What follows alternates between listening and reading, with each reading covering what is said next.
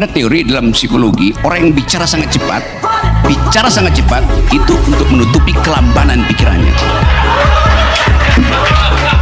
Ada teori dalam psikologi bahwa orang yang berpikir sangat cepat adalah orang yang berpikir sangat cepat, dan mengatakan bahwa itu adalah sebaliknya adalah orang yang berpikir lambat karena dia nggak bisa mengikuti kecepatan pikirannya. Apa ini? Hidup bagaimana nih? Jadi kalau saya kasih kritik betul-betul metodologis. Apakah saya benci pada Presiden Jokowi? Enggak. Dia pernah datang ke rumah saya, Om Rocky saya mau belajar, duduk di situ loh gua kalau mau belajar tuh. Kasih saya kritik Om Rocky, denger saya kritik. Siapa yang saya kritik? Bobi Nasution saya kritik. Sebagai apa Om? Sebagai gubernur. Apa ini? Hidup bagaimana nih? Demi pertimbangan transisi, konstitusi boleh diakali. Itu pelanggaran logika Anda, dan itu sekaligus menghina konstitusi. Apa ini? Hidup bagaimana nih? Salam berkarkan dari satir dimanapun Anda berada. Kembali kita akan membahas jejak Profesor Akal Sehat dalam sesi perdebatan dengan sejumlah tokoh di forum-forum akal sehat. Kita dengarkan. Ada teori dalam psikologi, orang yang bicara sangat cepat itu untuk menutupi kelambanan pikirannya. Ada teori dalam psikologi bahwa orang yang berpikir sangat cepat adalah orang yang berpikir sangat cepat, dan mengatakan bahwa itu adalah sebaliknya adalah orang yang berpikir lambat karena dia nggak bisa mengikuti kecepatan pikirannya. Visual selalu berbicara cepat sekali. Mengapa? Karena dia berusaha menerjemahkan apa yang ada dalam pikirannya. Kalau Bang Rocky bilang seperti itu, maka B.J. Habibie almarhum orang yang sangat bicara cepat karena dia visual. Betul. Bukan saya membelanya, tapi beliau bukan orang yang lambat pikirannya, tapi beliau memang orang bertipe visual. Itu sebabnya dia ada dalam lembaga survei di visual. Nah, itu masalahnya tuh. Habibie bukan surveyor. Ganas ya. Profesor Akal Sehat melibas ini sebenarnya Kodari ya, surveyornya rezim saat sekarang ini, dan juga Babe Haikal ya, di mana Rocky Gerung mengeluarkan satu teori psikolog ya dalam dunia psikologi yang mengatakan bahwa orang yang berbicara cepat adalah untuk menutup kelambanan dalam pikirannya, katanya gitu. Meskipun ini misalnya menjadi sesuatu yang sangat-sangat menarik ya, karena kita tahu bahwa dari ucapan-ucapan Rocky Gerung ini perlu kita renungkan sebenarnya, karena ada sesuatu pelajaran yang bisa kita ambil dari setiap ucapan daripada Profesor Akal Sehat Rocky Gerung. Kita dengarkan yang lain. Momen panas, Rocky Gerung skakmat lawan debatnya dengan argumen tajam. Jadi kalau yang disampaikan oleh Bung Rocky tadi, saya katakan tadi, kita pelihara menjadi sebuah etalasi akademik saja. Biar saja itu menjadi satu diskursus yang tidak selesai, biar itu menjadi satu Dan tidak akan pernah selesai menurut Anda? Iya, bernegara itu ada kepastian. Bernegara itu harus ada kepastian hukum. Makanya ketika menggunakan logika Bung Rocky, maka nggak akan pernah selesai. Tidak akan selesai, negara tidak akan bergerak. Karena kita berdebat di tempat, kita akan berdebat dalam situasi yang stagnan gitu. Oke, saya terangkan lahan-lahan itu. Apa yang menyebabkan negara itu bergerak? Hukum yang beku atau hukum yang hidup? Makanya hukum itu kan ada tiga. Tunggu, saya tanya dulu. Apa yang menyebabkan negara itu bergerak? Living law, yes. Bung Rocky. That's, ya. Poinnya living law itu. Living law itu living law itu ada dalam konstitusi apa tidak? Living law itu ada dalam konstitusi. Justru itu yang menyebabkan konstitusi itu cuma hanya memberikan frame yang pasti. Ya justru itu Anda bilang supaya negara bergerak pakai yang pasti. Yang pasti itu berhenti. Bagaimana pendapat kalian? Jangan lupa berkomentar dengan komentar saat. Jadi ini lagi-lagi living law ya. Kita tahu bahwa living law itu adalah hukum yang hidup begitu. Sesuatu yang hidup itu tentu akan terus bergerak, tidak kemudian membeku dalam aturan-aturan konstitusi. Walaupun memang ini perdebatan yang cukup luar biasa, Rocky melihat ini dari sudut living law, tetapi misalnya bagi lawan debatnya tadi mengatakan bahwa butuh kepastian dalam bernegara.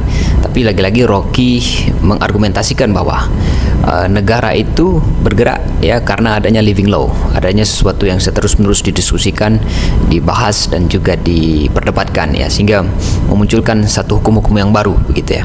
Jadi bukan hukum-hukum yang baku ya, seperti itu. Kemudian kita dengarkan lagi perdebatan berikutnya.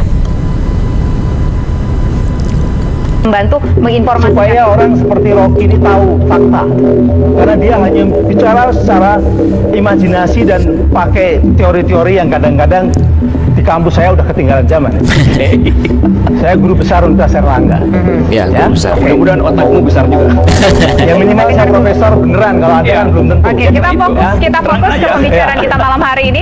Saya kira Bapak ini ya Pak. Kurangnya juga bisa. Bapak ini nggak pantas duduk di sini ya. Karena apalagi mewakili institusi pemerintah yang bergengsi seperti Kominfo. Bapak nih baca dulu yang benar gitu loh. Kalau Eropa harganya baru diumumkan segitu. Tadi yang saya sebutkan gubernur itu kan hasil riset dikit dulu lah, biar tahu gitu apa yang saya sampaikan. Jangan berandai-andai. Kalau $2 itu terlalu rendah, ini fakta yang saya sampaikan. Data Bapak mana? Jangan masalah teori supply and demand, itu anak SMP juga tahu. Oke. Membantu menginformasi. jadi Orang seperti Bapak ini profesor ya di Universitas Erlangga katanya, dan disebut oleh Rocky Gerung sebagai profesor kompresor katanya. Ya ini perdebatan soal tidak menjamin ya seorang profesor pikirannya juga besar begitu ya. Tapi ada juga jenis profesor yang kadang gagap ketika menghadapi Rocky Gerung dalam forum-forum perdebatan seperti itu ya. Kita dengarkan yang lain. anak saya umur 14 tahun, bacaannya lebih hebat dari kau. Oke. Ya Rocky. Ya, jadi nggak usah bangga kau. Itu saya bangga Siapa anak, kau? benar. Ini ada ngaca. Ngaca ya. Biar pintar kau Rocky. Kau lu nggak pernah ngaca, jadi ngomong sembarangan saja. Ya ini caranya. Makasih Rocky. Ini di Prancis diajarkan tentang reasoning, logical fallacies dari umur SMP, sehingga dia bisa berbantah-bantahan dengan anggota MPR ini. Nah, saya ingin lihat bukan serang-serang pribadi ya Bang. bukan serang pribadi. Jadi sistem pendidikan kita mau menghindari ketajaman argumentasi, seolah-olah menganggap kalau tajam argumentasi itu tidak sopan. Sekarang saya terangkan, sopan santun itu adalah bahasa tubuh. Pikiran tidak merupakan sopan santun. Pikiran yang disopan santunkan dalam politik itu artinya kemunafikan. Ya, ini Rudy Stompul ya.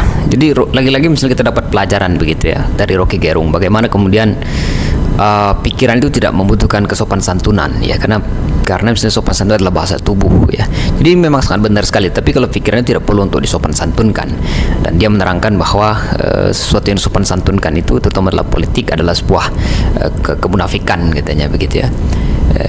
Ya cukup menarik, banyak pelajaran yang bisa kita lihat dan juga kita saksikan dari bagaimana seorang Rocky Gerung menyampaikan pikiran-pikirannya begitu ya. Dan memang keahlian daripada Profesor Akal Sehat ini luar biasa sebenarnya. Kita dengarkan yang lain. Saudara, kami mau nanya, bagaimana menurut saudara cara menyampaikan pendapat atau kebebasan berekspresi secara baik di muka umum? Saudara nggak tahu caranya, sehingga mesti tanya ke saya. Coba, saudara, pertanyaan? Ya dijawab aja, kan saudara kan ahli katanya. Karena kebebasan berpendapat itu adalah hak, jadi nggak ada caranya. Yang mesti saya tanya, bagaimana caranya membatalkan orang yang menghalangi kebebasan berbicara? Itu pertanyaan akademis. Apakah kebebasan berekspresi itu bersifat absolut menurut saudara? Yang absolut itu adalah kebebasan berpikir. Kenapa dia absolut? Ya karena dia statusnya ada pikiran. Begitu diekspresikan, ada alat-alat ekspresi, artikulasi saya, mulut saya, jenis bahasa yang saya pakai, itu menimbulkan kontroversi itu.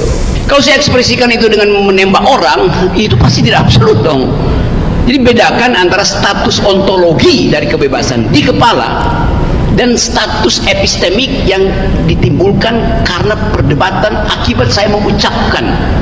Apakah di Indonesia kebebasan berekspresi itu absolut?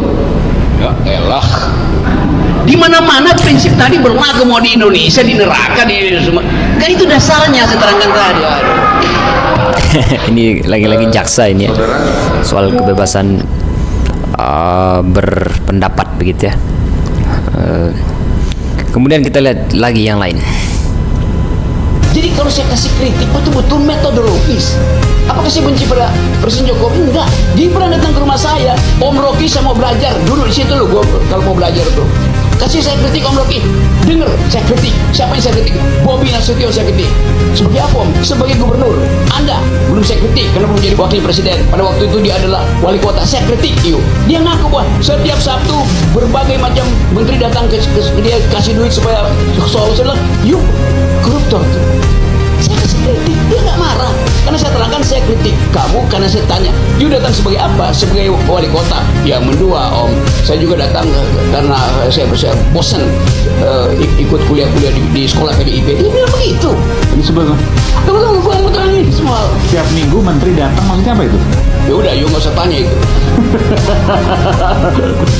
Jadi kalau saya kasih kritik betul. Jadi lagi-lagi misalnya dari hal seperti ini perlu diingat bahwa Rocky Gerung mengkritik itu dengan argumentasi yang tajam begitu ya, bukan berarti untuk menghina Presiden Jokowi, bukan untuk menghina keluarga Jokowi dan lain sebagainya, tetapi ini murni dari sisi kebijakan-kebijakan yang dikeluarkan ataupun misalnya kebijakan-kebijakan yang dihasilkan oleh seorang pejabat-pejabat publik.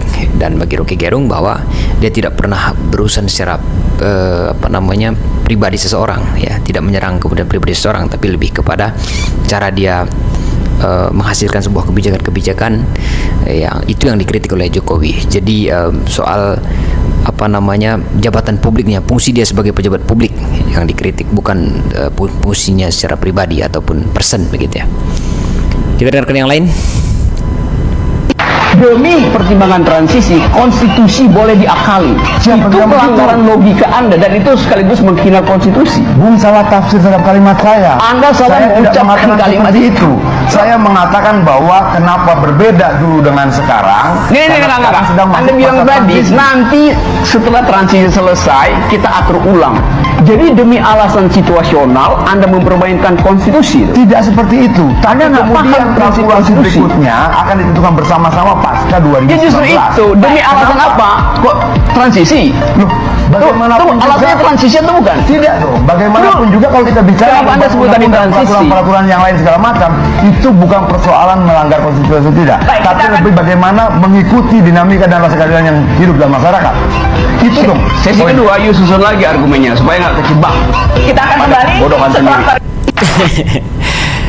Ya, Diana Pitupulu dia soal bagaimana misalnya mengakali konstitusi demi tujuan transisi seperti itu ya, yang kemudian dipantah bisa-bisa oleh seorang profesor akal sehat Rocky Gerung. Kira-kira demikian